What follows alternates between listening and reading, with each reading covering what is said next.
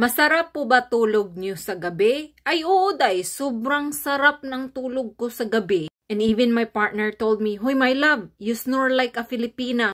I cannot sleep at night because even your kibot also snore." At sabi pa niya, yung tulog ko daw, sobrang hambing-hambing talaga daw.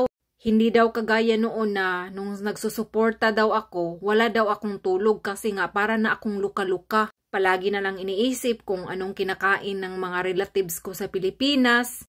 Kaya nga noon day, grabe yung trabaho ko kasi nga dalawa-dalawa, tatlo-tatlo day.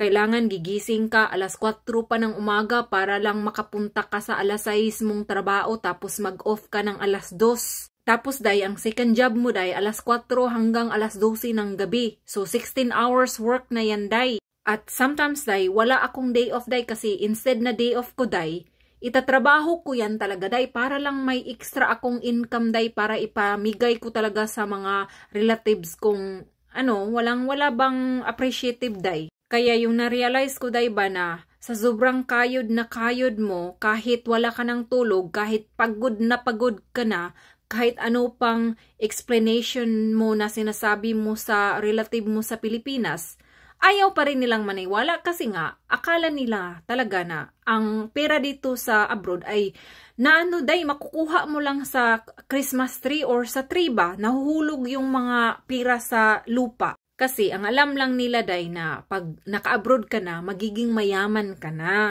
So kahit ano pang explain mo sa kanila about sa buhay mo na naranasan mo dito, hindi nila yan maintindihan kasi sasabihin nila na, ay intindihin mo kami. Ikaw yung mag-intindi sa amin kasi ikaw yung may dollar, kami piso lang. So, dyan sila magpapag-guilty sa day kasi ikaw pa yung masama pag hindi ka magpapadala. So, nung nag-decide na ako na, okay, enough is enough, doon ko na na-realize na, wow, maganda pala pag hindi ka nagtatrabaho ng 3 trabaho kasi nakakatulog ka day. Nakakahimbing yung tulog day. So, yeah.